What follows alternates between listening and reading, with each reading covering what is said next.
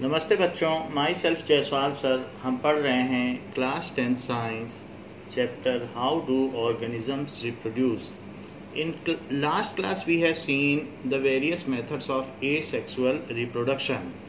The sixth method of asexual reproduction is vegetative propagation, which is further subdivided into two types. One is natural vegetative propagation and other is artificial propagation.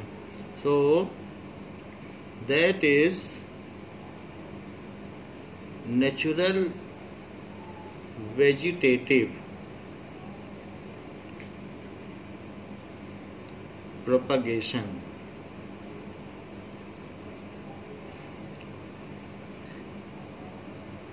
In this kind of propagation, if some plant part get detached from original plant, if some plant part get detached from original part,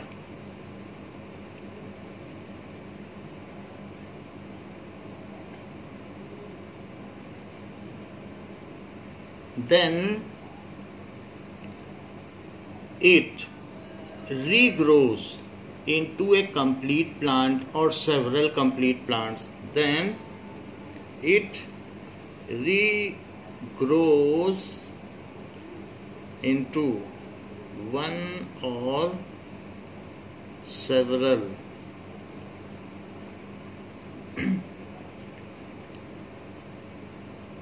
under suitable environmental condition. Suitable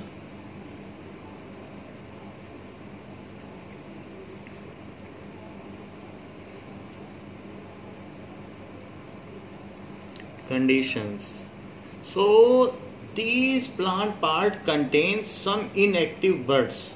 So इनमें क्या होता है, these plant parts जो कि detached हो चुके हैं contains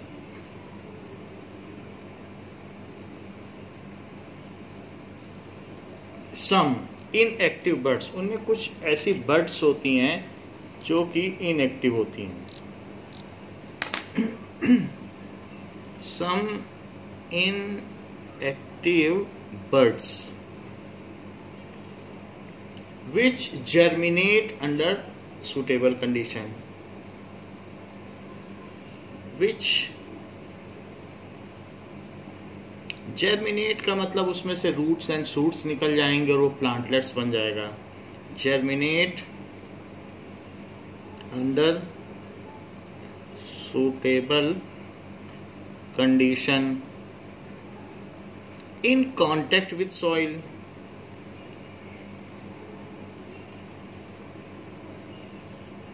soil भी जरूरी है. जैसे कि अगर एक ब्रायोफिलम का लीफ डिटैच हो जाता है, so from that leaf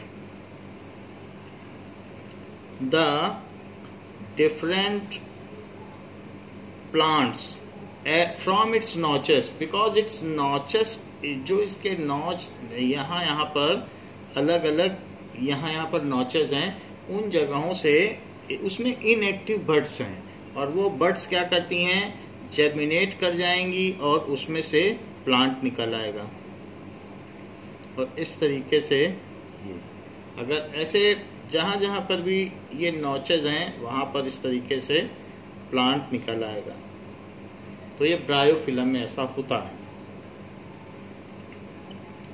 and the main leaf which is detached, that leaf ultimately degenerate, वो डिके हो जाएगी और ये प्लांट जमीन में इंडिपेंडेंटली ब्रायोफिलम के प्लांट के तौर पर हो जाएंगे. So plantlets growing in the margin of bryophyllum leaf.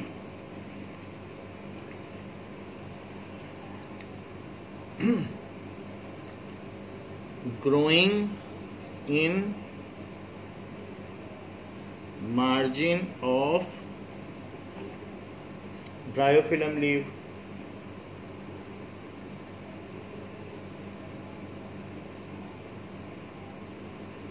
So there are some inactive birds at this position पर, वही जर्मिनेट हुई हैं, इन एक्टिव बर्ड्स। तो अंडर सॉइल कंडीशन में ऐसा होता है कि वो जर्मिनेट कर जाती हैं और फिर उनमें से नए प्लांट्स निकल आ जाते हैं, जैसे इसमें दिखाया गया है। So several plants get germinated.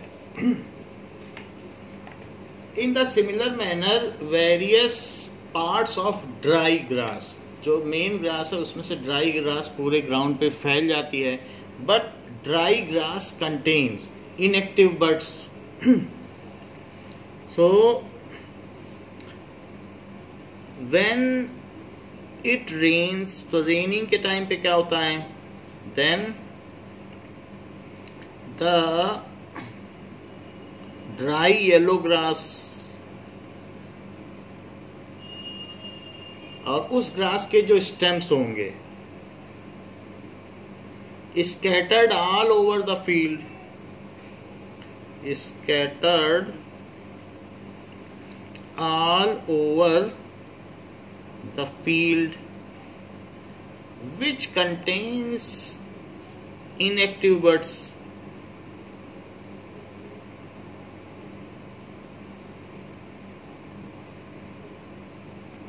get germinated, get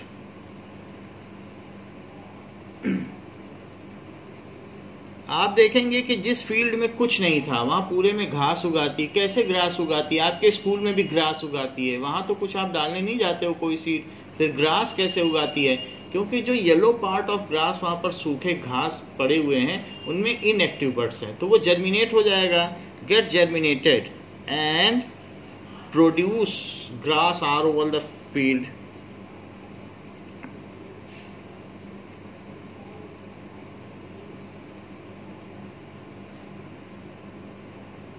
तो इस तरीके से हम इसको कह सकते हैं कि यहाँ पर देखा गया लीफ से, यहाँ स्टेम से हुआ, तो स्टेम से भी ऐसा हो सकता है।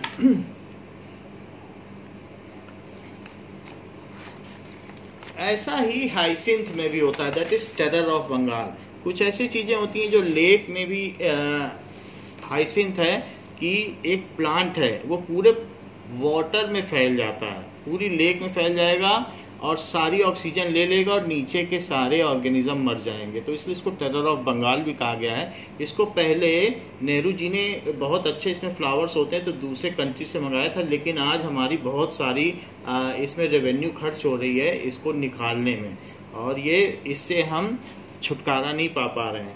सो इसमें क्या होता है कि वाटर में इस तरीके के प्लांट्स उगते हैं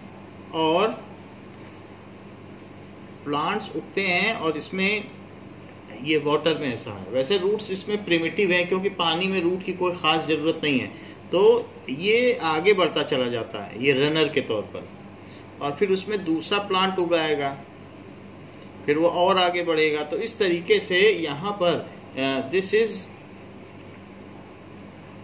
हाइसिंथ प्लांट में क्या होता है,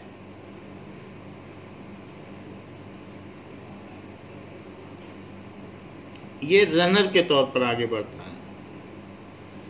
तो यहाँ पर इनएक्टिव बर्ड्स होंगी, वो बढ़ती चली जाती हैं, तो रनर इसको कहेंगे। और ऐसे इसमें भी वेजिटेटिव प्रोपगेशन हो सकता है। फिर यहाँ इसे कट भी कर सकते हो, तो कट करने पर ये इंडिविजुअल होगा, अदरवाइज ये ऐसे ही फैलता चला जाएगा। In case of potato there are some eyes. तो पोटैटो में कैसे होता है,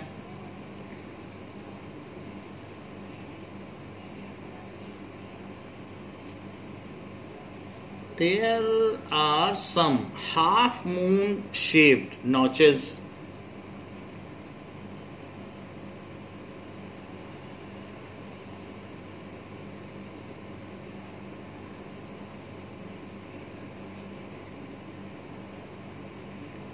containing inactive birds.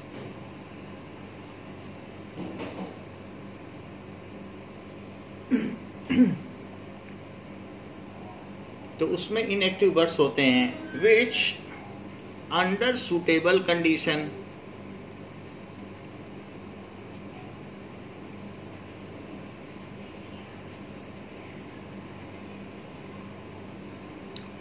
develops into individual plant.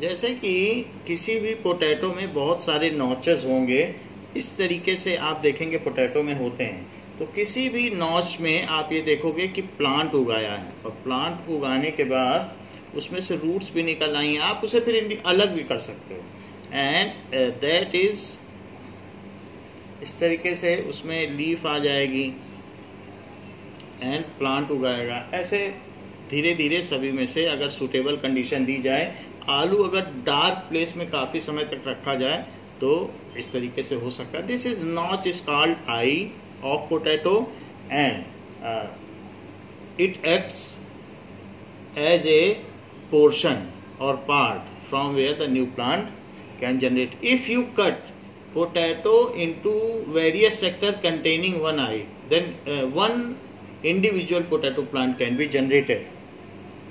And potato plant में होता क्या है, ये पोटैटो एक्चुअली है क्या? तो ये जो पोटैटो का प्लांट है, सो इसमें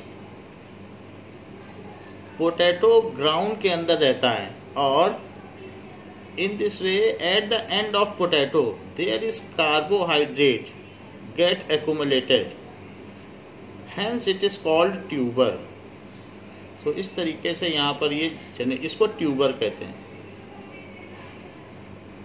जिसमें कार्बोहाइड्रेट जनरेट होता है। So this is how the vegetative propagation takes place in potato. Single potato से कई पोटैटो बनाए जा सकते हैं, जैसे कि यहाँ देखा जा सकता है कि नॉचेस में से कैसे प्लांट निकल रहा है, और ये पोटैटो का प्लांट है जिसमें ये ट्यूबर है।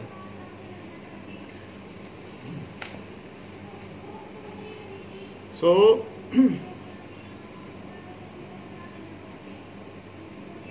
कभी कभी ऐसा भी होता है कि जैसे अनियन है, तो अनियन में अगर अनियन को it is bulb, the lower portion of onion, अगर स्टेम को दबा दो तो ये फूल जाएगा। So stem is only compressed form of stem, and this is onion, and here the onion develops stem and roots। तो धीरे धीरे इसमें क्या होगा कि अगर आप इसे अंडर सूटेबल कंडीशन में रखेंगे तो इसमें ऐसा कुछ हो जाएगा कि प्लांट्स उगाएंगे। तो it contains an inactive portion which produces plant,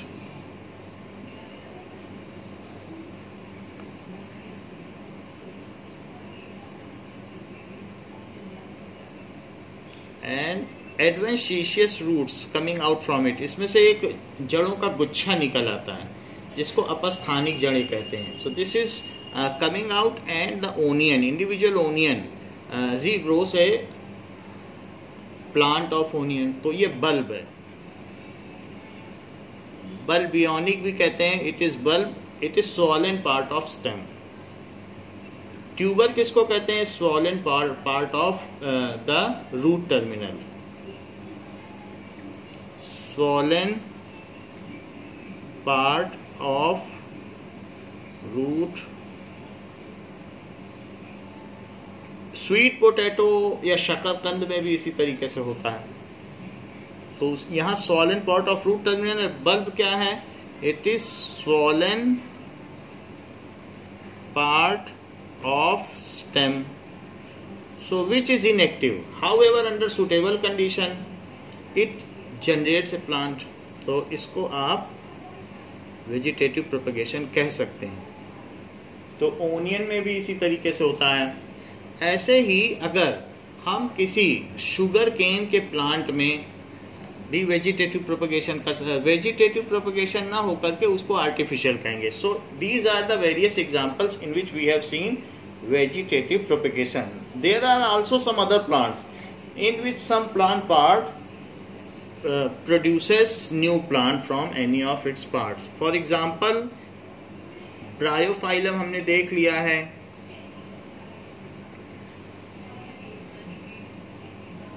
guava, potato, onion, banana, garlic, ginger में भी इसी तरीके से हमने देखा था वीडियो, अदरक। So hyacinth, terror of Bengal. Hyacinth की स्पेलिंग ठीक कर लें, हाइसिंथ में ए भी आएगा, hyacinth, so it is hyacinth, और ई नहीं आएगा, इसकी स्पेलिंग करेक्ट करें, hyacinth in this way, HYA and CINTH. So hyacinth is also there. There are tulip. Tulip के भी प्लांट होते हैं श्रीनगर में, ट्यूलिप एंड मिंट, पुदीना, स्ट्रॉबेरी,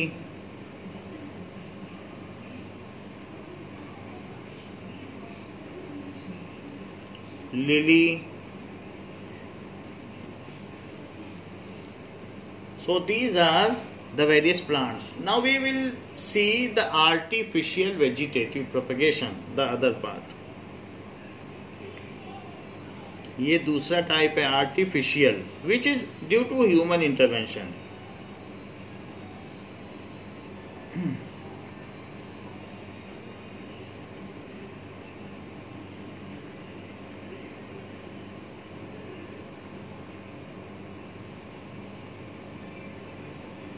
वेजिटेटिव प्रोपेगेशन दो तरीके से होता है। The process of growing many plants from one plant by man made method.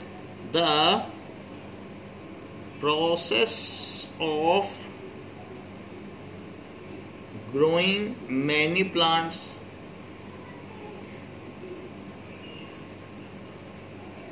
From one plant by man made methods, human intervention से जो काम हो, man made methods is called artificial propagation of plants.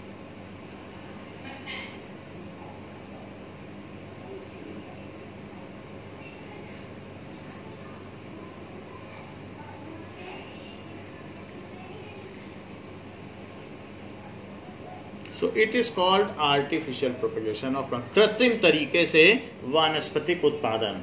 So artificial propagation is used in agriculture and horticulture, यानी सब्जियां उगाने में और फसल उगाने में, क्रॉप प्रोडक्शन में, एंड हॉर्टिकल्चर का मतलब है वेजिटेबल प्रोडक्शन में यूज होता है। It is used in agriculture and horticulture. Some plants have lost the ability to reproduce seeds, so they have lost viability, यानी पुनरुत्पादन की क्षमता उन्होंने खो दी है। In such cases the plant part is used to reproduce the plant. जैसे sugar cane में कहीं सीड नहीं होता है, तो ऐसे केस में हम शुगर केन को कैसे उगाएं? ऐसे ही बहुत सारी चीजें हैं जहाँ सीड नहीं होगा, तो हम उसमें दे हैव लॉस्ट विएबिलिटी, उन्होंने सीड प्रोडक्शन की क्षमता खो दी है। They have lost the capacity to reproduce seeds. So banana में भी कोई सीड नहीं होता है, so how we can grow banana, तो इन सब चीजों को हम यहाँ पर देखेंगे। तो some plants have lost a capacity to reproduce seeds. Banana में फ्लावर तो आते हैं लेकिन सीड नहीं आता, वो कन्वर्ट नहीं हो पाता है, फ्लावर जो है वो फ्रूट में कन्वर्ट नहीं हो पाता है। तो अब जब फ्रूट ही नहीं बनेगा तो सीड कहाँ से होगा? सो इस तरीके से lost capacity to produce seeds. तो ऐसे कई चीजें होती हैं। रोज में फ्रूट नहीं बन पाता है, फ्लावर है लेकिन फ्रूट नहीं बनेगा तो सीड नहीं होगा, तो ऐसे केस में हमें उसमें विएबिलिटी नहीं रह गई है। कैपेसिटी टू, क्योंकि सीड्स हमेशा फ्रूट के ही अंदर होते हैं। Capacity to produce seeds that is lost viability. Viable का मतलब जिसमें पुनरुत्पादन की कैपेसिटी हो। कैपेसिटी टू रिप्रोड्यूस को विएबिलिटी कहते हैं।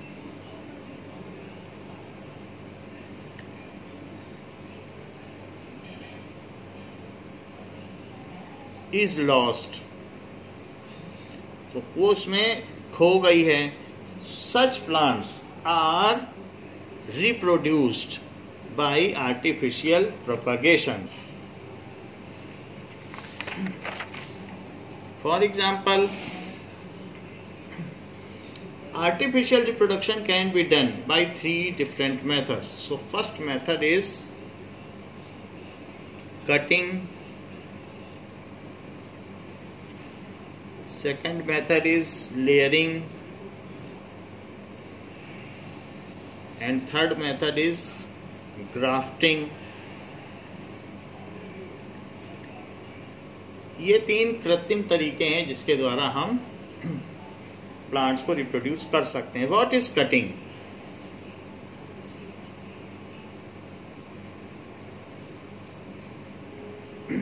A small part of plant which is removed by making a cut with a sharp knife is known as cutting.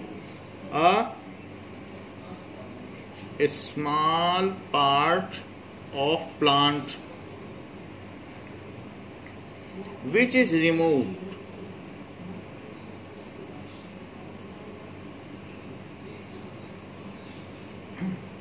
by making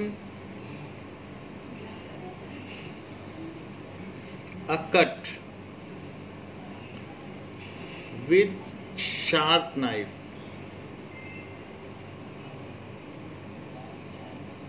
is called cutting. हम सभी लोगों ने देखा है, घरों में इसको एक्सपीरियंस भी किया है कि रोज को अगर आप ब्लेड से कट कर लें उसके स्टेम को, जिसमें फ्यू बड्स हों, कुछ पत्तियां हों, कुछ इंटरनोड्स हों, then that plant can be regenerated और reproduce into a complete rose plant. तो वहां पर कटिंग मेथड यूज होता है। तो इसके लिए क्या करना होता है, किसी भी कंप्लीट रोज प्लांट को आप ऐसा कर सकते हैं। हिबिस्कस में भी ये कर सकते हैं, गुड़हल में भी। तो किसी भी प्लांट का, जैसे कि ये प्लांट है एंड इसमें there are various stems and there are certain buds भी हो सकती हैं और इसमें स्टेम्स भी हो सकती हैं। तो उसमें अलग अलग लीफ भी होंगी and there are various branches having some rose also. So इसमें रोज भी हो सकता है। तो ऐसा हो सकता है। Now there are various leaves and it is also containing roots. तो ऐसे केस में हम क्या कर सकते हैं कि इसको कट कर सकते हैं। containing some buds होने चाहिए। तो अगर हम इसे यहाँ से कट कर लें, इधर से कट कर लें, शार्प ब्लेड से होना चाहिए। उसका जाइलम और जो फ्लोएम है वो डैमेज नहीं होना चाहिए, नहीं तो फिर वो वाटर नहीं ले पाएगा। तो शार्प ब्लेड से कट कर लो। जरूरी नहीं है कि उसमें रोज हो, main aim is that buds should be there, तो वही रिप्रोड्यूस कर जाएंगी। तो and if the cut part is grown, तो उसमें क्या होगा, वो पार्ट आप लगा लें।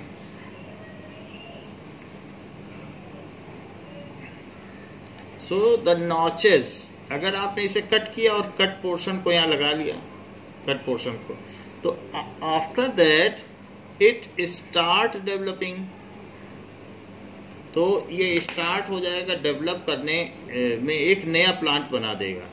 However original parent plant continue to grow, but अगर इसको आप यहाँ पर ऐसे लगा देते हैं, then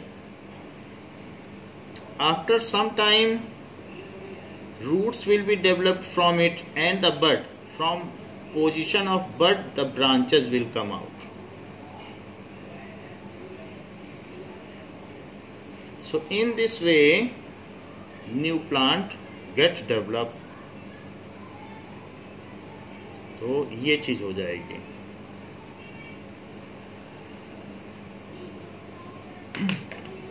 So this is the process of budding. तो इसमें ये चीज दिखाई गई है कि रीग्रोइंग पार्ट जिसमें मेरिस्टेमेटिक टिश्यू होती हो, जिसमें बड्स होते हों, अगर उसे लगा दिया जाए then it develops into a complete plant. So this is the propagation by cutting method.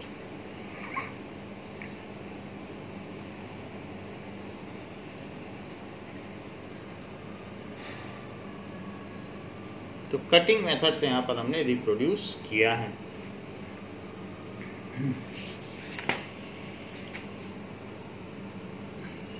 In this process, it is to be taken care with that the cut portion contains some meristematic tissue. It is kept in mind that cut portion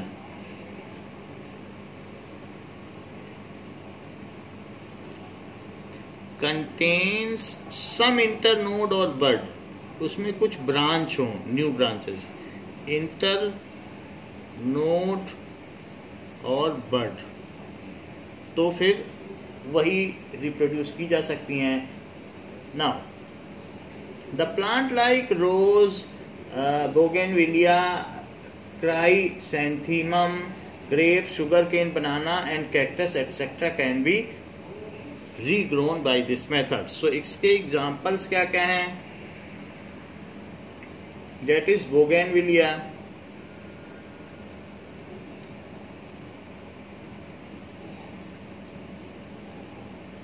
Chrysanthemum,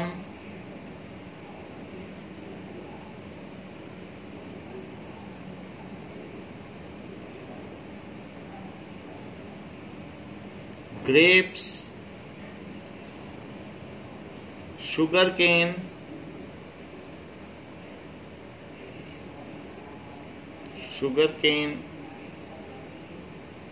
banana, cactus,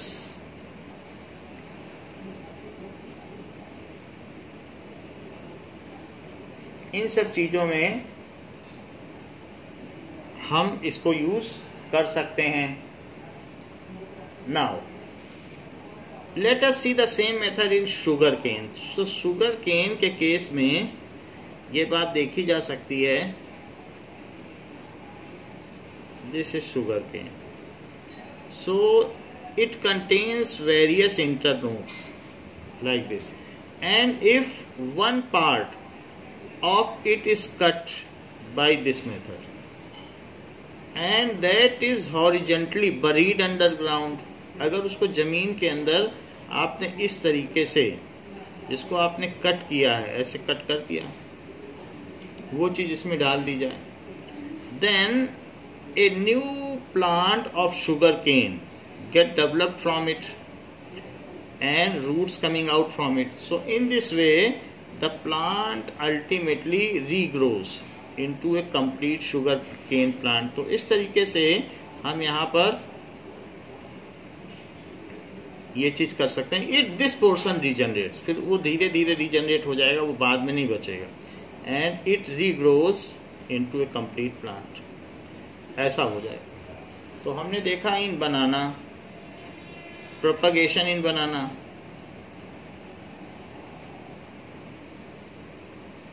दोनों तरफ internode होने चाहिए, इस बात का ध्यान रखें. सो ये ना हो कि यहाँ कट कर लें और यहाँ कट कर लें, नहीं तो फिर सारा सेट निकल जाएगा. तो इसके बीच में जो फूड है वो सॉइल में मिक्स हो जाएगा अगर आप यहाँ से कट कर लोगे. तो इंटरनोड पूरा एक होना चाहिए. So it is propagation in sugarcane by cutting method. ऐसा किया जा सकता है.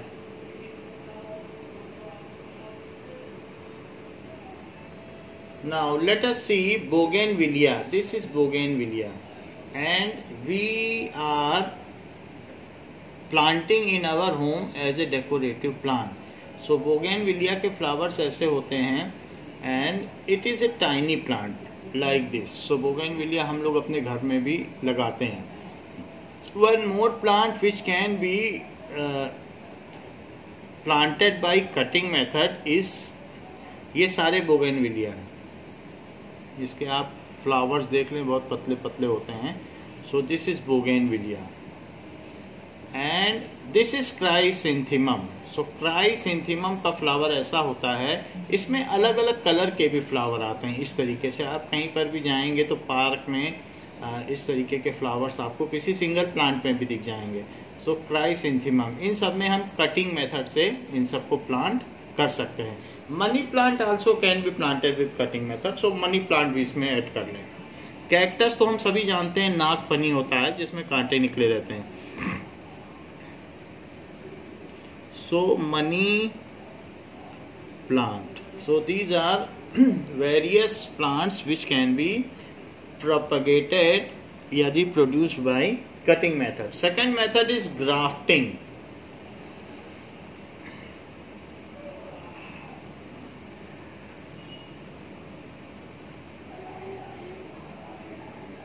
Now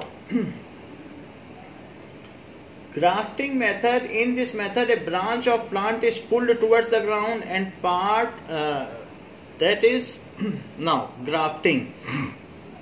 second is layering. Second को लेयरिंग दिखाते हैं, फिर आपको ग्राफ्टिंग बताएंगे. Second is layering.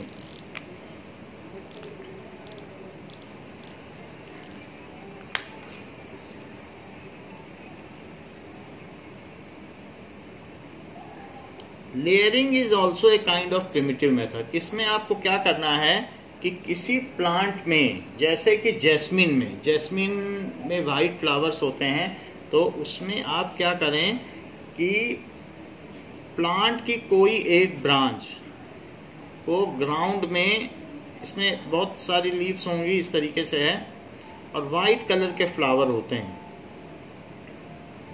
इस तरीके से है. तो अगर इसकी किसी ब्रांच को आप ग्राउंड की ओर पुल कर दें एंड बरी अंडर सॉइल, तो ऐसे केस में क्या होगा, इसमें टैपर्ड रूट होती हैं इस तरीके से. ये इधर से भी एक ब्रांच को पुल कर दें और उसकी लीफ को ऊपर रहने दें. Some leaves will be buried and some leaves will be under, इस तरीके से.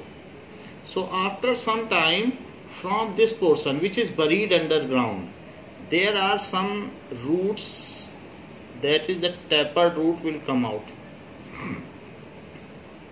सो यहाँ पर ऐसा होगा. So after that you can cut it from here. फिर यहाँ से आप इसे कट कर लें and it will develop as individual plant. तो ऐसा आप जैस्मिन में या चमेली में कर सकते हैं, जिसकी फ्लावर्स आप लोगों को पता है इस तरीके की होती हैं, स्मेल करती हैं, तो ये जैस्मिन है. तो जैस्मिन में ऐसा किया जा सकता है. So in this method,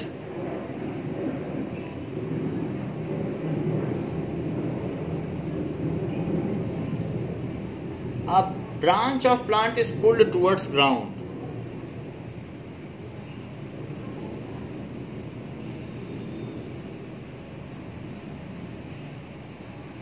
Pulled toward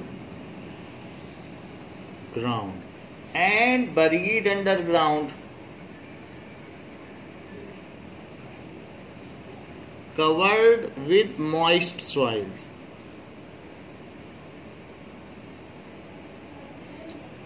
After some time, new roots develop from the part of branch buried under soil. After some time, new roots develop from the parts buried under soil. जो soil के अंदर आपने उसको बरी किया है, उसमें से न्यू रूट्स डेवलप हो जाएंगे. And this is jasmine. Jasmine को हम लोग चमेली भी कहते हैं. इसमें काफी स्मेल होती है. तो वो after that that part can be detached from main plant.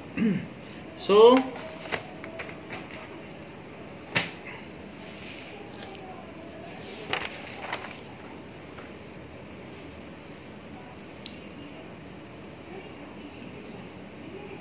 after that,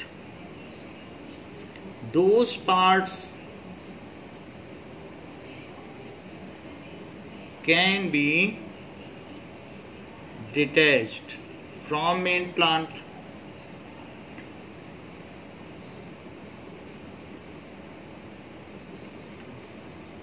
Which later on grows as individual plant.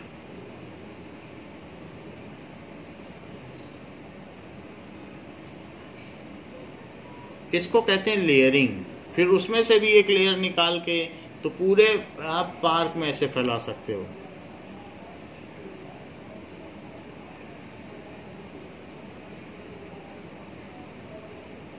इस तरह से किया जा सकता है। Example by which such kinds of plants can be reproduce, such method is can be incorporated for reproduction is jasmine,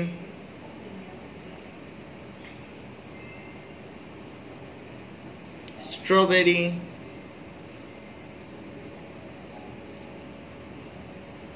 raspberry, शहतूत। raspberry शहतूत को कहते हैं।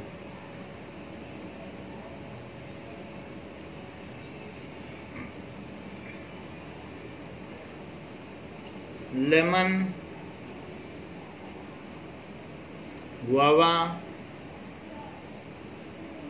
हिबिस्कस, गुड़हल, दैट इज चाइना रोज भी कहा जा सकता है।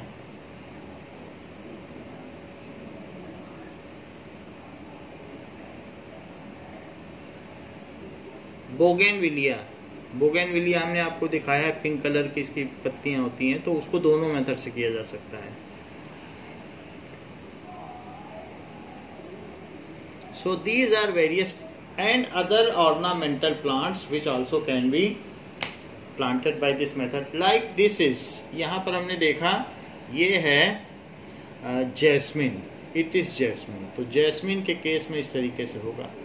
जैस्मिन में हम ऐसा कर सकते हैं। This is raspberry, तो ये शहतूत है, फ्रूट है जो कि कॉमनली यूज किया जाता है। तो रेस्पबेरी को भी इसी मेथड से कर सकते हैं। ये रेस्पबेरी का प्लांट है। तो ये आप देख सकते हैं, ऐसे प्लांट आपने देखे होंगे। तो ये लेयरिंग से किया जा सकता है। दिस इज स्ट्रॉबेरी, स्ट्रॉबेरी का भी छोटा प्लांट है और इसको भी लेयरिंग से आराम से किया जा सकता है, स्ट्रॉबेरी के प्लांट को। So there are the methods incorporated for reproduction. Third method is grafting.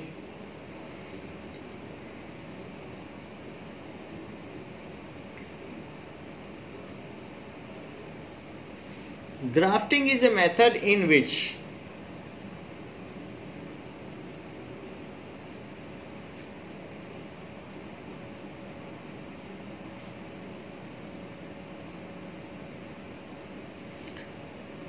the cut stem of two different plants, the cut stem of two different plants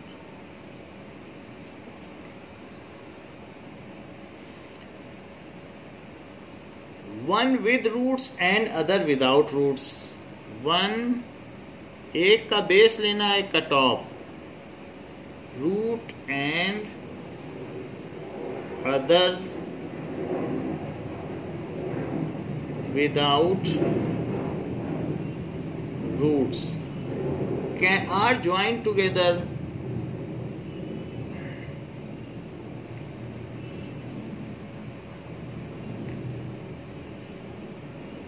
in such a way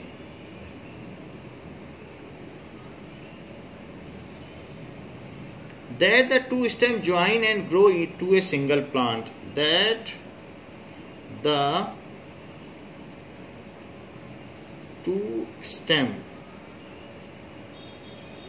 join, फिर बाद में वो stem join हो जाएंगे, and grow as a single plant.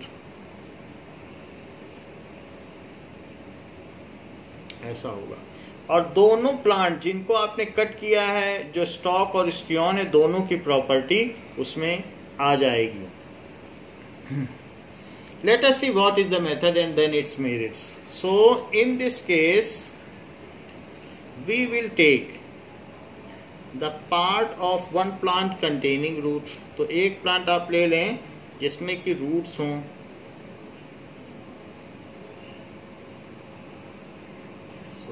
and take other plant which is of approximately similar size and उसका upper portion ले लें।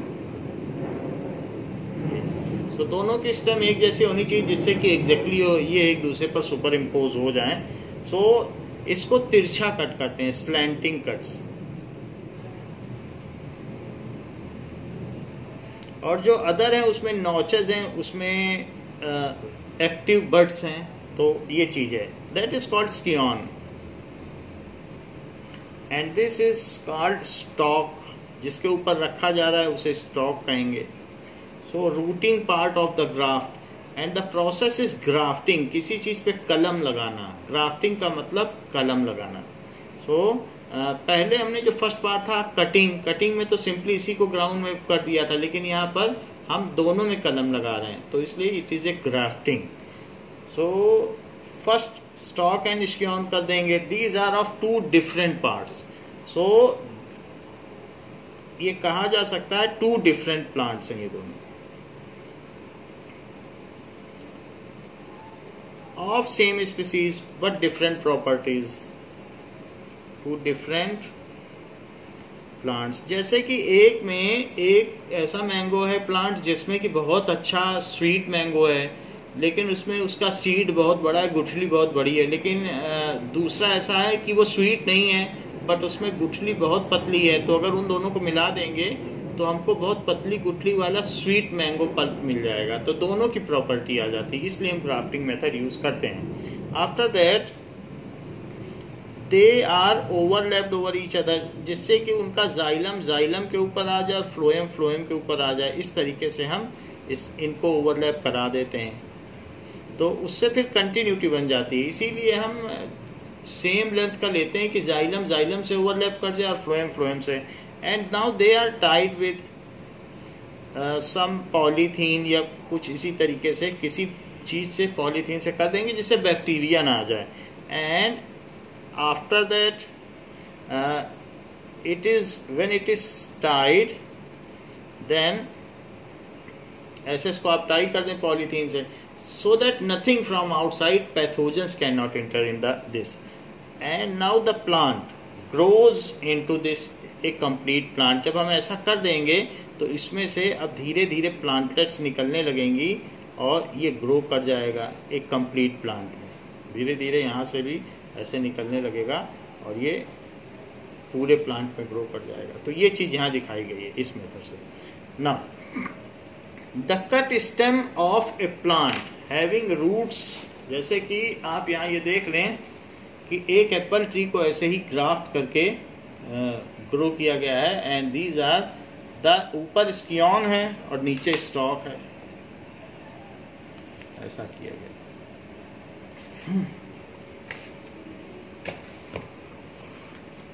The cut stem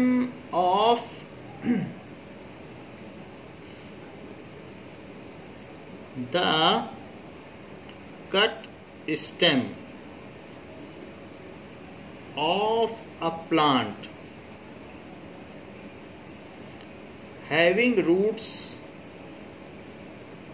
जिसमें रूट्स हैं, is called stalk. It is fixed under soil, ये fixed portion है, immovable.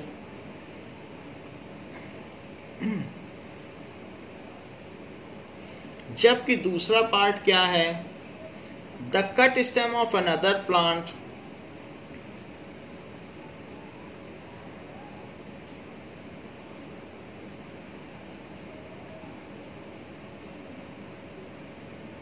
without roots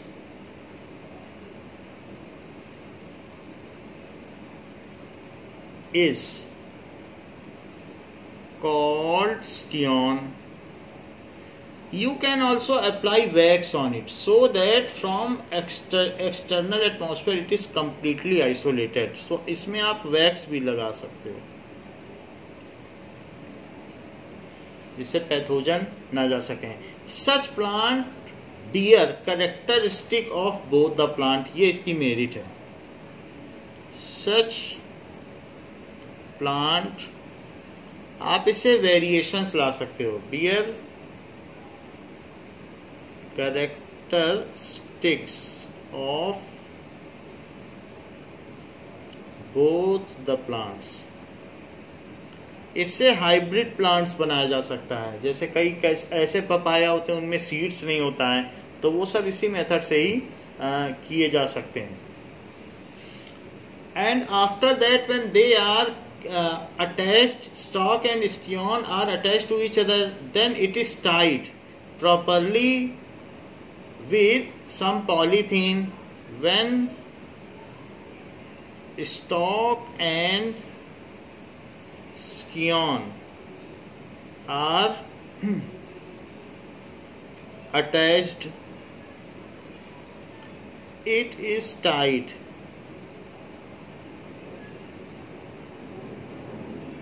properly with polythene and wax is applied over it.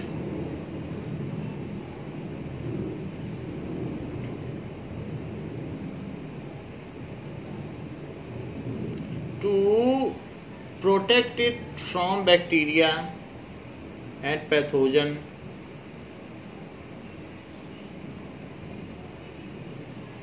So harmful infection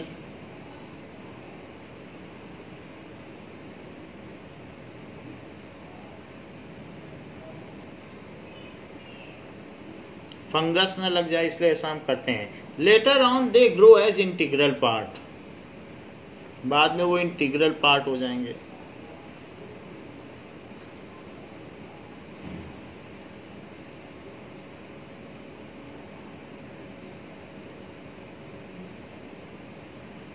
as an individual plant. फिर individual plant की तरह वो grow करेंगे. So this is the method of grafting. Example ये किसमें किसमें use किया जा सकता है. Apple, peach, apricot, pear. So these are the various plants जिसमें किया जा सकता है. Grafting enables us to combine the most desirable characteristics. So by these we can get the desirable characteristics in hybrid plant. It is a very young scion can be made to flower and produce fruits quite fast when it is grafted to stalk. So अगर आप young स्कियन को, इसमें ये स्कियन ऐसा हो जो बहुत छोटा भी हो, उसको लगाकर उसी में फ्रूट लगा सकते हैं और इसका सिर्फ इतना पोर्शन कट कर दें तो जमीन पे ही फ्रूट आ जाएंगे, बहुत ऊंचा नहीं जाएगा. तो इस तरीके से क्योंकि यहाँ से नरिशमेंट मिलता जाएगा तो आप हाथ से पकड़ के फ्लावर तोड़ सकते हैं. तो इस तरीके से मिनिएचर प्लांट भी बना सकते हैं. ये भी फायदा होता है. हम क्यों प्लांट में बहुत सारा न्यूट्रिशन इसलिए वेस्ट करें क्योंकि उसकी स्टेम बड़ी हो. तो स्टेम बड़ी करने की जरूरत नहीं है. यंग स्कियन में ही हम इट इज फ्रूट लेडन हो जाएगा.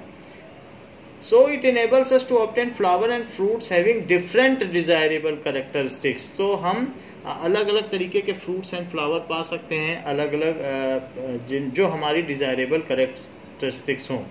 It can be used to produce variety of seedless plants. जिसमें सीड नहीं आते हैं उनमें भी यूज किया जा सकता है. So these are the various merits of grafting. So let us write the merits of grafting. It enables us to combine कर सकते हैं most desirable characteristics of two plants, जो जो प्लांट के दो चीजें हमें अच्छी लगती हैं उनको कंबाइन कर सकते हैं. Most desirable characteristics of two plants. Grafting in this also a very young scion,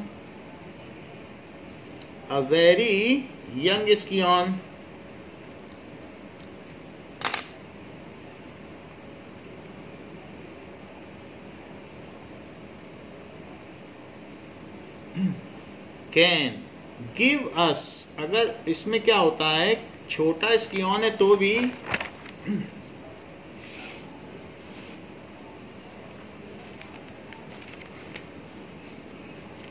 it can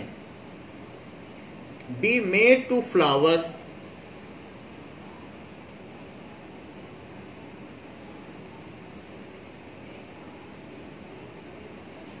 and produce fruits quite fast, and produce fruits quite fast, क्योंकि रूट्स बहुत बड़ी हैं तो नीचे वाले पार्ट की, क्वाइट फास्ट तो बहुत जल्दी ये काम कर सकता है. तो ये भी हो सकता है. When it is grafted to a mature stock, when it is grafted to, उसको नरिशमेंट बहुत मिल जाएगा. तो ये भी है. एक तो हम डिजायर्ड कैरेक्टरिस्टिक पा सकते हैं, दूसरा हम यंग स्कियन से सब कुछ पा सकते हैं. It is also used to produce variety of seedless plant.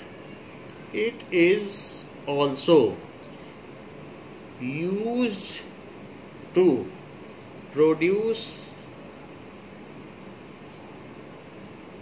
variety of seedless plants. It is also said the different plants of different species within the same genus can be planted with each other. जो अलग अलग fruits देते हों उनको भी graft किया जा सकता है. तो एक ही प्लांट में हम गुआवा भी पा सकेंगे, एप्पल भी पा सकेंगे, अमरूद भी होगा, सेब भी होगा और दूसरी चीजें भी एक ही प्लांट में होगी. ऐसे प्लांट को कल्प वृक्ष कहते हैं, उसमें से सब कुछ मिल जाएगा. तो ये भी देखा जा सकता है कि एक ही प्लांट में कई तरीके के फ्लावर होंगे. ऐसा हम गार्डन में देखते हैं. So we have seen the 3 different kinds of artificial vegetative propagation. However, the artificial vegetative propagation is meritorious. तो आर्टिफिशियल वेजिटेटिव प्रोपेगेशन सीड से हुए प्रोडक्शन से कैसे मेरिटोरियस है. एक है आपकी बाजार से सीड लाओ और उससे प्लांट उगाओ, और एक है कि उसका कोई पार्ट जमीन में रोज को काट के लगा दीजिए. तो वो चीज कैसे ज्यादा फायदेमंद है, let us see. It is also an important question. So advantage of artificial vegetative propagation.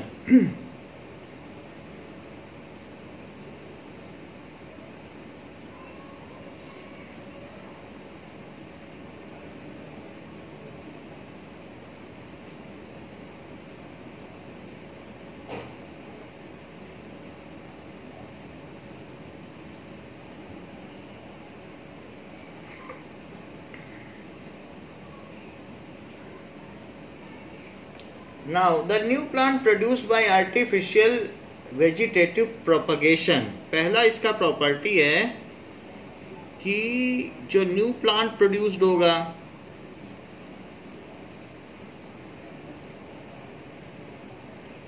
will be exactly like the parent plant. Will be, वो उसका क्लोन होगा.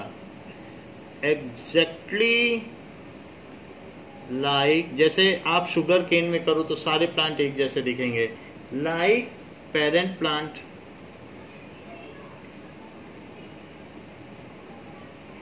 कटिंग में भी ऐसा ही होगा. Any desirable features of the parent plant will be replicated in new plant, any desirable, और third case में तो डिजायरेबल फीचर को भी ला सकते हैं। डिजायरेबल फीचर जो कि ग्राफ्टिंग है ऑफ पेरेंट प्लांट। देखिए कटिंग और लेयरिंग में एग्जैक्टली अलाइक होगा, और जो थर्ड है उसमें डिजायरेबल फीचर ला सकते हैं, जैसे ग्राफ्टिंग मैंने बताया। Desirable feature of parent plant, ऐसा सीड के केस में नहीं होगा। will be replicated in new plant, will be replicated in new plant।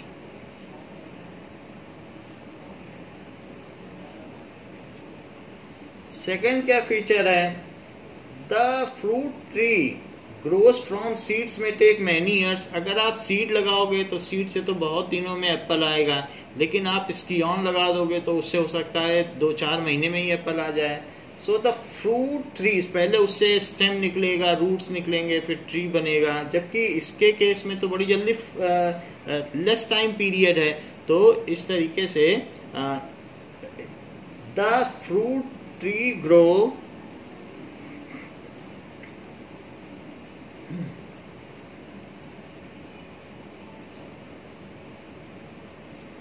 From seeds में टेक मैनी ईयर्स। इसका मैच्योरिटी पीरियड लॉन्गर होता है। May take many years before they start to bear fruit.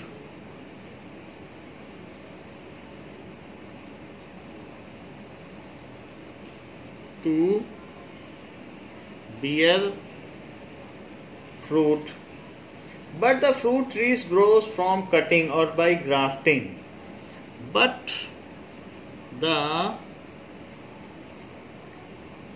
fruit trees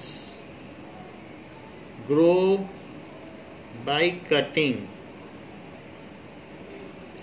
और grafting. Layering वाले में ज़्यादा fruit वाले नहीं होते हैं, कटिंग और ग्राफ्टिंग वाले। लेयरिंग ज़्यादातर फ्लावरिंग होते हैं, और grafting start to bear fruits much earlier. Start to bear fruit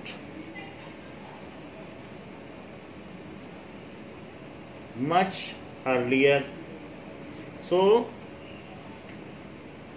this is also advantage. The plants grown by vegetative propagation need less attention. Seed के केस में अगर 2 दिन पानी नहीं डाला तो मुरझा जाएगा, लेकिन अगर आपने स्कियॉन लगा दिया है या किसी रोज का कट पोर्शन लगा दिया है तो उसमें 1-2 दिन में कुछ फर्क नहीं पड़ेगा, तो उसमें लेस अटेंशन चाहिए। The plants grown by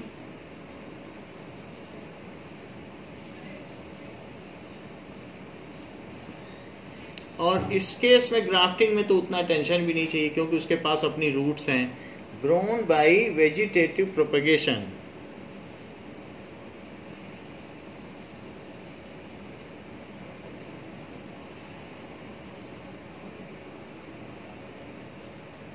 usually need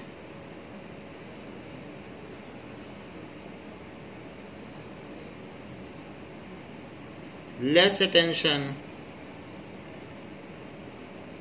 in their early years. In their early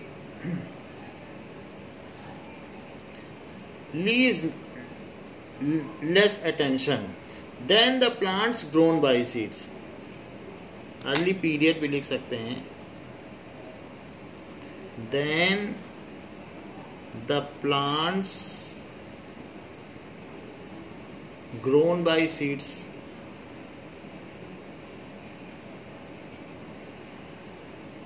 तो इसमें उतना ध्यान देने की जरूरत नहीं पड़ती है। Many plants can be grown from just one parent plant by artificial propagation. आप एक रोज का प्लांट लाइए, उसमें बहुत सारे कट लगा दीजिए और अलग अलग रोज उगा लीजिए, ये भी फायदा है। तो many plants can be grown from just one parent plant.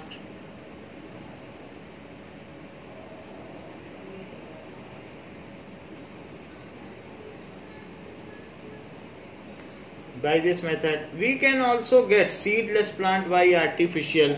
Those plants which have lost viability or seedless also can be produced by artificial propagation. Otherwise उनको उगाया ही नहीं जा सकता था. So those plants which have lost viability, जिन्होंने seed production की capacity खो दी है, ऐसे बनाना है, ये रोज है, सो बहुत सारे ऐसे फ्लावरिंग प्लांट्स हैं उनमें फ्रूट बनते ही नहीं है, which have lost visibility can only B grown. उनके लिए तो और कोई मेथड ही नहीं बचता है बाय आर्टिफिशियल प्रोपगेशन.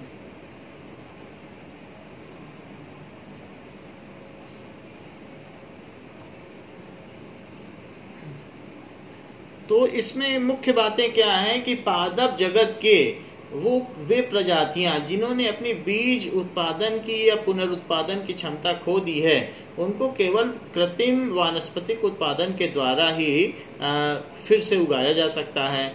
और इसमें एक पेरेंट प्लांट से कई पौधे उगाए जा सकते हैं. इसमें कम समय लगता है, उन पे ध्यान देने की कम जरूरत पड़ती है. इसमें डिजायर्ड करेक्टर पाया जा सकता है. इसका जो टोटल मेच्योरिटी पीरियड है वो कम है. And such plant are less prone to any attack of pathogen, क्योंकि वो पहले से ही मेच्योर है. सीड को तो जल्दी खा लेगा कोई पैथोजन, लेकिन इनको नहीं खा पाएगा. Such plants are less prone to any bacterial और फंगल डिसीज.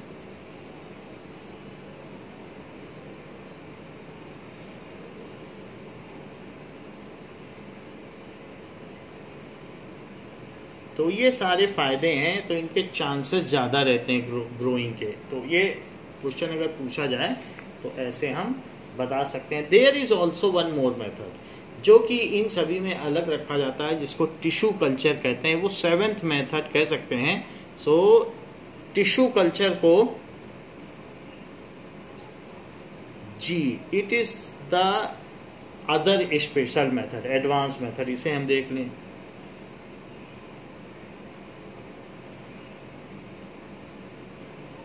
अगर मान लीजिए कोई ऑर्नामेंटल या बहुत महंगा प्लांट है, आप ट्वीजर से छोटा सा पार्ट मेरिस्टेमेटिक टिश्यू का ऊपर का निकाल दें और जाके अमेरिका के राष्ट्रपति को दे दें और कह दें कि पूरी अमेरिका में उगा दो, ये हमने आपको दे दिया है. तो उतना जो पार्ट हमने ट्वीजर से निकाल के माइक्रोग्राम दिया है, it is sufficient to grow in America. उसके लिए आपको उनको प्लांटलेट्स भेजने की जरूरत नहीं है. तो जो आप उनको किसी फास्ट ग्रोइंग शूट टिप का पार्ट देंगे, तो वहाँ का जो राष्ट्रपति है वो क्या करेगा, लैब में भेज देगा. तो कोई भी आप शूट का टिप का पार्ट दे दें, फिर उसको वो कैलस में यानी आगार मीडियम है, एक तरीके का बहुत नर्चरिंग मीडियम है, तो इसमें रख दिया जाता है उसी टिश्यू को. वो टिश्यू बढ़ने लगता है और एक कैलस बन जाता है. कैलस का मतलब प्लांट का गुच्छा. उसमें अभी सेल का डिफ्रेंशिएशन नहीं हुआ है, वर्क का डिवीजन नहीं हुआ है. अब वो जो कैलस बन गया है प्लांट का गुच्छा, इस छोटे से पार्ट से कैलस बना लिया. अब उस कैलस को काट लो, सिजेरियन कर लो. तो जब आप उसको एम्प्यूट कर लोगे डिफरेंट पार्ट्स में, फिर उसको अलग अलग फिर से सेपरेट करके रख लो. तो वो जब सेपरेट होगा तो सेपरेट प्लांटलेट बन जाएगा. और उस प्लांटलेट को फिर बाद में इन सीटू यानी एट साइट कंडीशन में आप उसको बाहर लगा दो. तो पहले तो इसे लैब कंडीशन में और ग्रो करो, और ग्रो करने के बाद उसे बाहर लगा दो. तो ये सारे जो है बहुत सारे प्लांट बन जाएंगे. तो इस चीज़ को कहते हैं टिश्यू कल्चर. किसी टिश्यू से हम प्लांट के बहुत सारे प्लांट का कल्चरिंग या प्रोडक्शन करें तो उसे कहते हैं tissue culture. Now what is tissue culture? The production of new plant. तो ये आजकल यूज होने वाला, ऑर्नामेंटल प्लांट में यूज होने वाला काफी पॉपुलर मेथड है। The production of new plant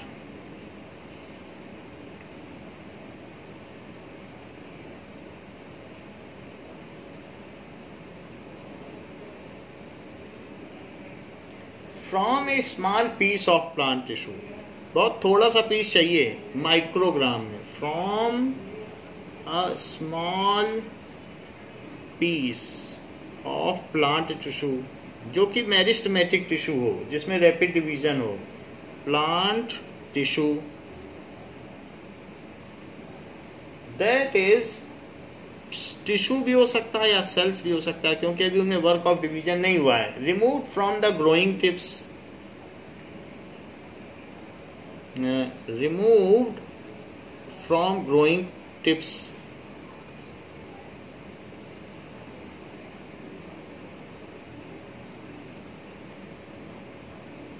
so growing tips से उनको रिमूव कर लिया जाए। आफ्टर दैट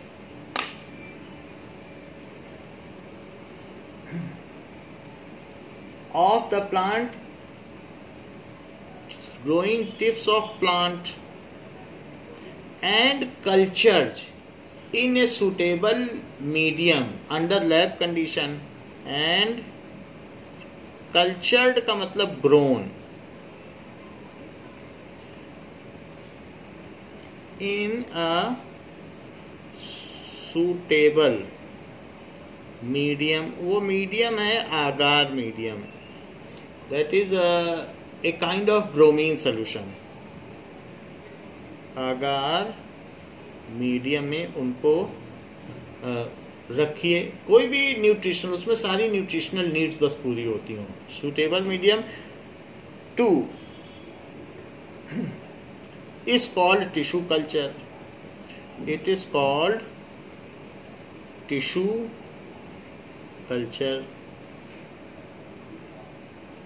इस चीज को टिश्यू कल्चर कहेंगे कि किसी टिश्यू को या सेल को, टिश्यू भी हो सकता है, प्लांट है तो टिश्यू ही होगा, तो मेरिस्टेमेटिक भी तो टिश्यू ही होता है, तो अभी डिवीजन नहीं हुआ लेकिन उसे टिश्यू ही तो कहते हैं, तो उसे टिश्यू कल्चर, इसी वजह से इसे टिश्यू कल्चर कहा गया। In this the part of plant जो भी मेरिस्टेमेटिक टिश्यू है, so the amputated tissue, amputated का मतलब cut tissue,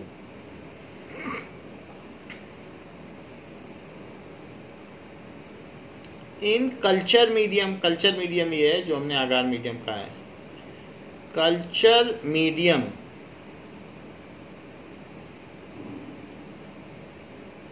grows into callus, callus का मतलब है प्लांट का गुच्छा, उसमें कोई भी पार्ट ऐसा नहीं होगा कि रूट होगा या ऐसा नहीं होगा, वो बस रिप्रोड्यूस करेगा, माइटोटिकली डिवाइड करेगा और बहुत बड़ा पार्ट बना देगा, तो वो एक पार्ट में जो डेवलप हो जाएगा उसको कहेंगे callus.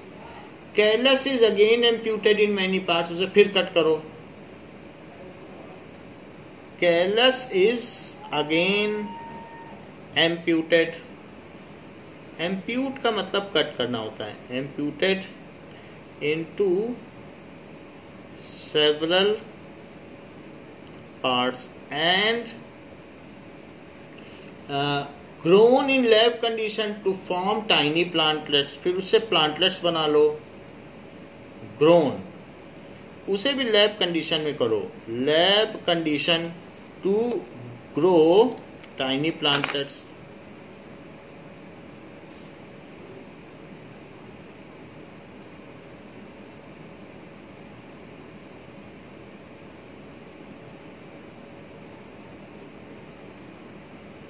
Which is then shifted to feed, वो जो प्लांटलेट्स हो जाएंगे उनको फिर shifted to feed in situ यानी एट साइट, साइट में उनको छोड़ दो, तो उसके बाद फिर वो इंडिविजुअल प्लांट के तौर पर वो ग्रो कर जाएंगे। ये काम करना होता है टिश्यू कल्चर में, और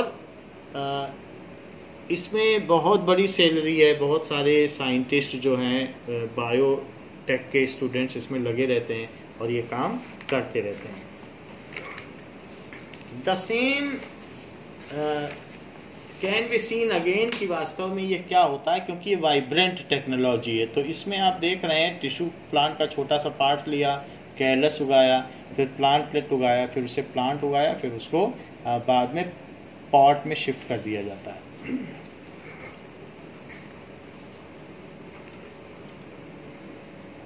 now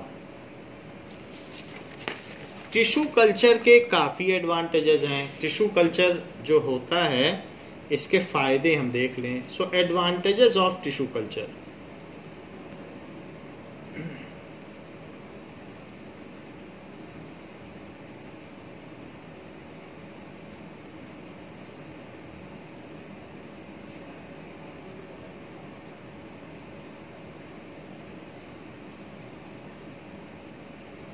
That is, tissue culture is very fast technique. It is very fast technique. Thousands of plantlets can be produced. एक छोटे से कैलस से, टिश्यू से thousands of plants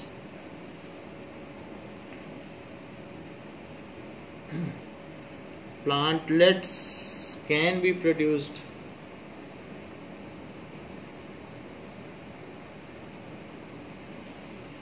in a few weeks.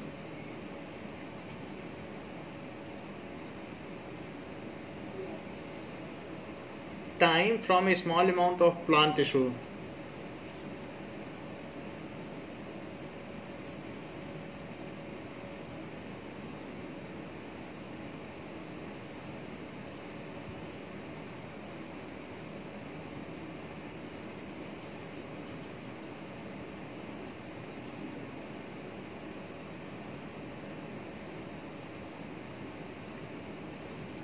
The new plants produced by tissue culture are disease free.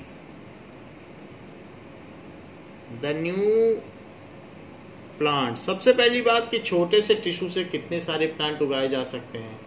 So the new plants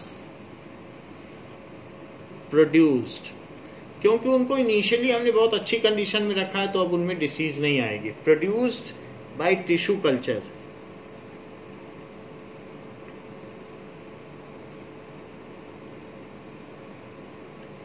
are disease free. ये 7वां method कहा जा सकता है एसेक्सुअल रिप्रोडक्शन का।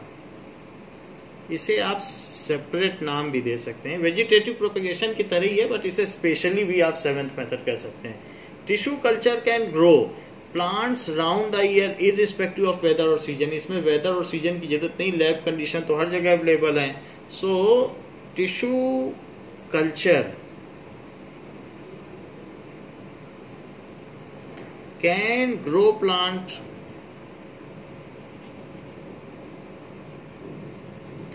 round the year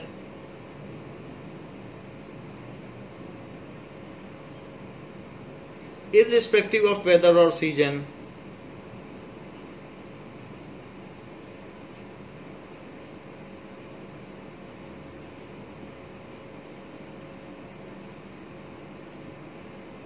And very little space is needed for developing new plants by tissue culture.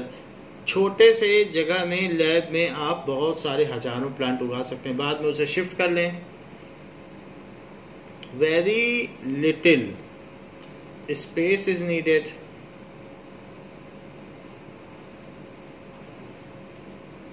for developing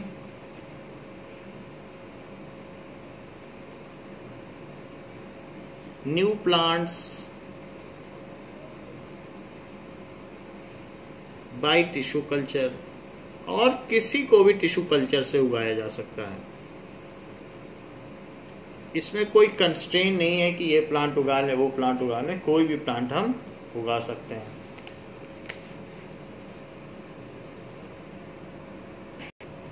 This was all about asexual mode of reproduction. Now, sexual mode of reproduction which takes place in plants and animals, particularly in human, we will see that in next class.